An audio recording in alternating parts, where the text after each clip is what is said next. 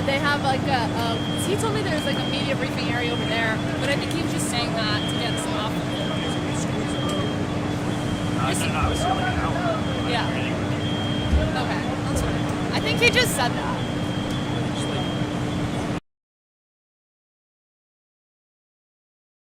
Well, they tried to kick us off too, and then we just stayed, and they were like, "You're good." Every time I come here, they kick me off. Like security. Me too. You could just be like standing here existing.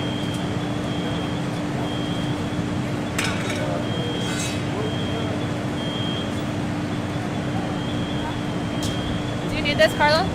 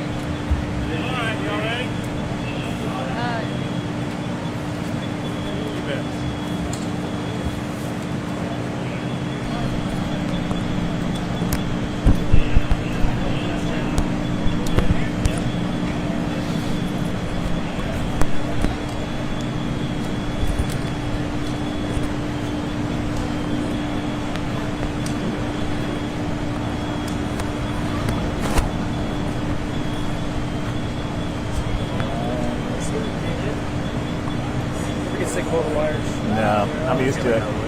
The good news is you're not making me tuck them under my shirt, so. Yeah. Anyway.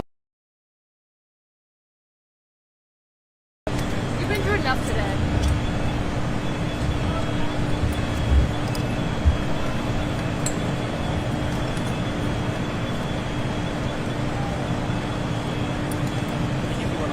Okay. Test 1, 2, 3, 4, 5, 4, 3, 2, 1.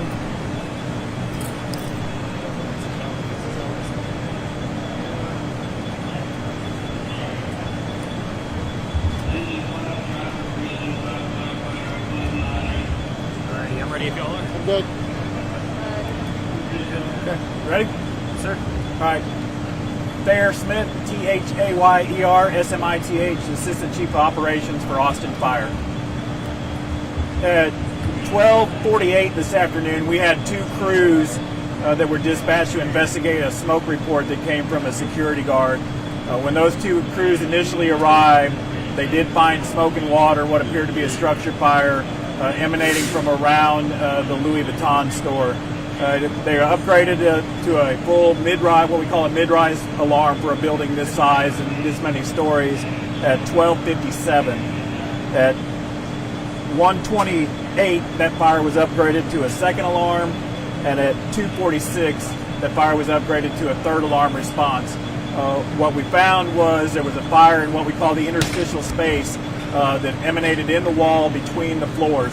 Those fires are very difficult to access, very difficult to find because they run in multiple directions. So as the crews were making access, putting out fire as they found it, they continued to find fire both above them, below them, and to the sides of them in the residential space on the second and third floors of this particular building. So that's why it was so manpower intensive to get enough crews to the scene to evacuate the stores, evacuate the apartments, and then make access to the fire and keep finding it as it was running away from them in those spaces.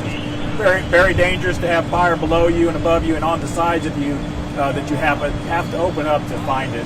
So that's why it eventually went to that third alarm. We did have one firefighter that was injured during the fire. He was attended to by Austin Travis County EMS. Turned out to be a superficial isolated hand injury. He was just wrapped and returned to the scene. So one injury at this point. We believe it's still very preliminary. The investigators have taken a quick look. Since it started in the wall between the store and the residential, it's going to more than likely be something electrical in that interstitial wall space. So not definitive yet for a cause, but it looks like it's going to be electrical. Yeah, go ahead. How many units, total units, showed up? So right now there's probably going to be the 4 apartments surrounding that space that was on fire in the walls that are going to be directly affected by both fire and smoke. Probably 6 additional apartments as we were chasing the smoke and finding the fire that have fire control and smoke damage.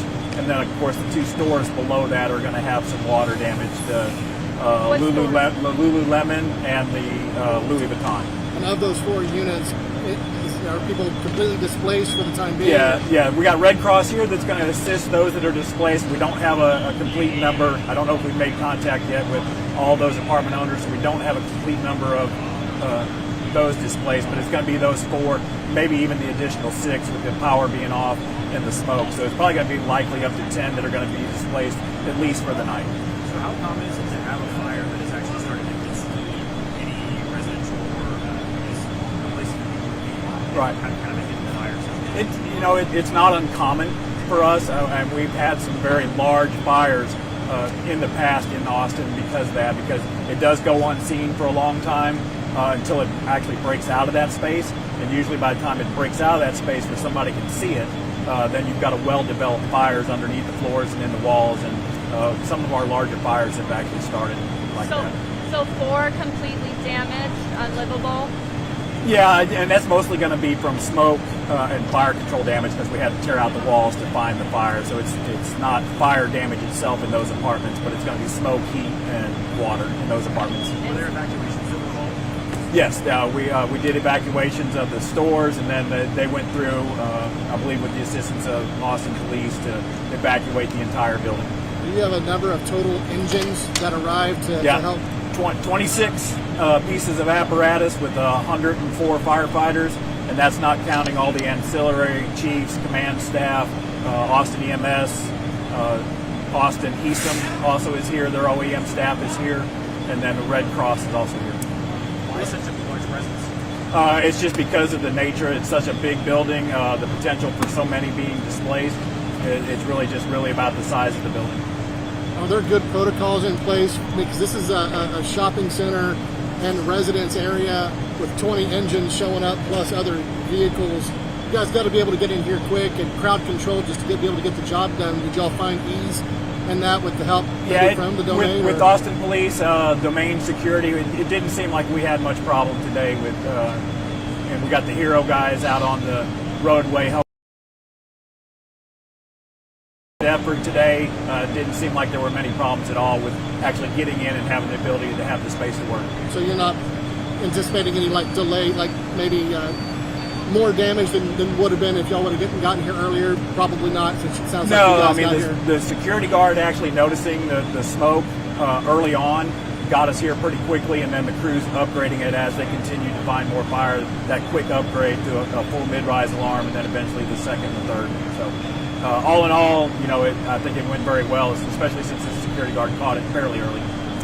Can you talk more about the damage to the stores underneath? Is it water, fire, everything? So the stores underneath are going to be water. I know we went in early and started covering some of the items in the stores during our salvage work, so I haven't seen how much water damage, but I think as you can see behind me with the water pouring out behind me, the sprinklers also went off, so the water is going to be pretty substantial. And you don't have an exact number of, again, how many are displaced from those? No,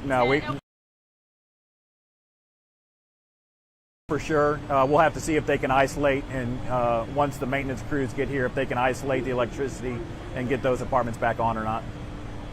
A lot of times what will happen when you've got a fire in the wall like this, it'll damage the electrical system, And then even though the rest of the building's not damaged, you can't turn the electricity on, so you wind up displacing the whole building. And that certainly may be the case here. But we've got Red Cross is here willing to stand up a shelter if it's needed.